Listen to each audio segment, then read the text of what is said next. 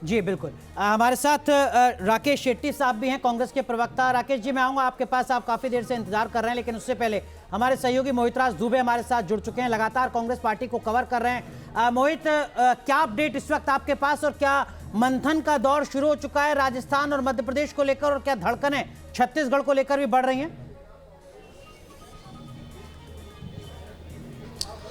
देखिए, बिल्कुल जो आपने बात कही है कि धड़कनें छत्तीसगढ़ को लेके भी बढ़ रही हैं, लेकिन जो उम्मीद कांग्रेस पार्टी को थी कि और जो नारा कांग्रेस पार्टी ने दिया था 75 पार का, उस पर कहीं ना कहीं हम ये कह सकते हैं कि एक झटका कांग्रेस पार्टी को यहाँ पे लगा है। अभी जो रुझान बता रहे हैं, उन रुझानों के मुताबिक करीब 52-53 सीटें जो है वो कांग्रेस पार्टी जो है उस पर आगे चल रही है। भारतीय जनता पार्टी ने, देखिए, छत्तीसगढ़ के भीतर, मैंने छत्तीसगढ़ को बहुत बारीकी से इस चुनाव में कवर किया है, और भारतीय जनता पार्टी ने बहुत मेहनत की। प्रधानमंत्री नरेंद्र मोदी का यहाँ पे चेहरा था, प्रधानमंत्री नरेंद्र मोदी की यहाँ पे गारंटी थी, और उस गारंटी के सामने जो भूपेश बघेल का चेहरा था, तो यहाँ पे जो मुकाबला था बड़ा दिलचस्प था। यहाँ पर लग रहा है कि कांग्रेस पार्टी यहाँ पे सरकार बना लेगी। लेकिन छत्तीसगढ़ जो है, कहते हैं कि धान के रास्ते से ही सत्ता की चाबी निकलती है। जो धान पर ज्यादा जो है अब खास तौर पे जो ऐलान करता है वही सरकार यहाँ पे बनाता है। रमन सिंह ने भी धान के ही सहारे सरकार बनाई थी। कांग्रेस पार्टी ने भी धान खरीदी का मुद्दा उठाया, 2640 रुपए प्रति क्विंटल देने की बात की, किसानों का कर्जा माफ करने की बात की, लेकिन उस रूप में कहीं ना कहीं ये किसान इस बार लगता है नहीं समझ। लेकिन मोहित, माफ कीजिए, आपको रोक रहा हूं। इस वक्त जब हम आपसे बात कर रहे हैं तो छत्तीसगढ़ की टैली बदल चुकी है। छत्तीसगढ़ में भारतीय जनता पार्टी 48 सीटों पर आगे चल रही है, यानी बहुमत को हासिल कर चुकी है भारतीय जनता पार्टी छत्तीसगढ़ में भी। मध्य प्रदेश और राजस्थान के साथ साथ कांग्रेस पार्टी 41 सीटों पर आगे चल रही है। तो यानी neck to neck fight Chhattisgarh के एग्जिट पोल भी एडवांटेज कांग्रेस जरूर दिखा रहे थे। शुरुआती रुझानों में वो लग भी रहा था, नेक टू नेक फाइट की बात हो रही थी। और छत्तीसगढ़ में अब देखिए कि यहाँ पर छत्तीसगढ़ में बीजेपी 48 और कांग्रेस 41 और अन्य के खाते में 1 सीट जाती हुई दिख रही है। हालांकि अब कांग्रेस ने फिर से बढ़त बनाई है, मतलब 42 पे हो गए हैं, बीजेपी 47। अंतर जो है, फासला जो है कम हुआ है। 10 बजने को आ गए हैं, लगभग स्थिति जो है वो साफ होती हुई नजर आ रही है। बीजेपी ने तो अपनी जीत का ऐलान मध्य प्रदेश में कर दिया है। राजस्थान में भी 105 सीटों की अच्छी खासी बढ़त के साथ वो आगे चल रही है। तेलंगाना में जरूर कांग्रेस जो है अपनी सरकार बनाने में आसानी से कामयाब होती हुई दिख रही है। लेकिन 64 सीटें यहाँ पर जा रही हैं। मनोज जी, यहाँ पर अगर छत्तीसगढ़ की बात करें तो लग रहा था कि अगर हम 6 महीने पहले या 3 महीने पहले भी देखें तो भूपेश बघेल इतने ज्यादा कॉन्फिडेंट थे कि वो प्रधानमंत्री नरेंद्र मोदी से सीधे एक राष्ट्रीय स्तर के नेता की तरह से उनको कभी आईना भिजवा रहे थे, कभी उनके ऊपर तल्ख बयानी कर रहे थे।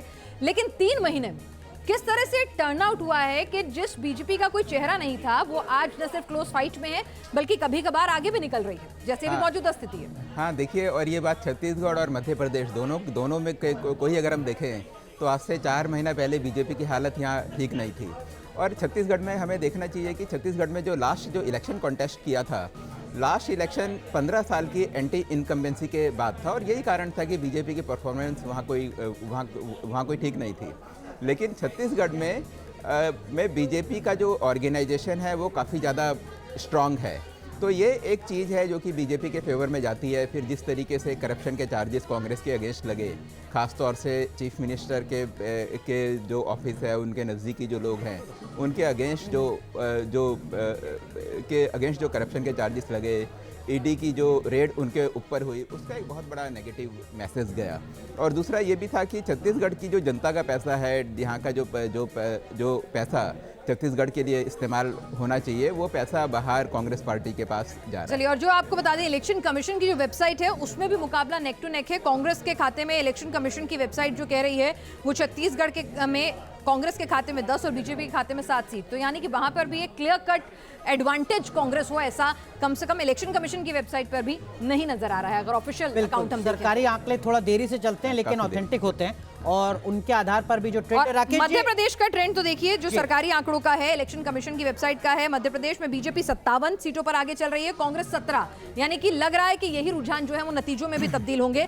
राजस्थान में बीजेपी 71 सीटों पर इलेक्शन कमीशन की जो वेबसाइट है उसके मुताबिक आगे चल रही है, और कांग्रेस जो है 46 सीटों पर आगे चल रही है। तो यहां पर भी लग रहा है कि रुझान जो है वही कन्वर्ट होते नजर आ रहे हैं। राकेश शेट्टी, ये तो हालात बदल गए, जज्बात बदल गए।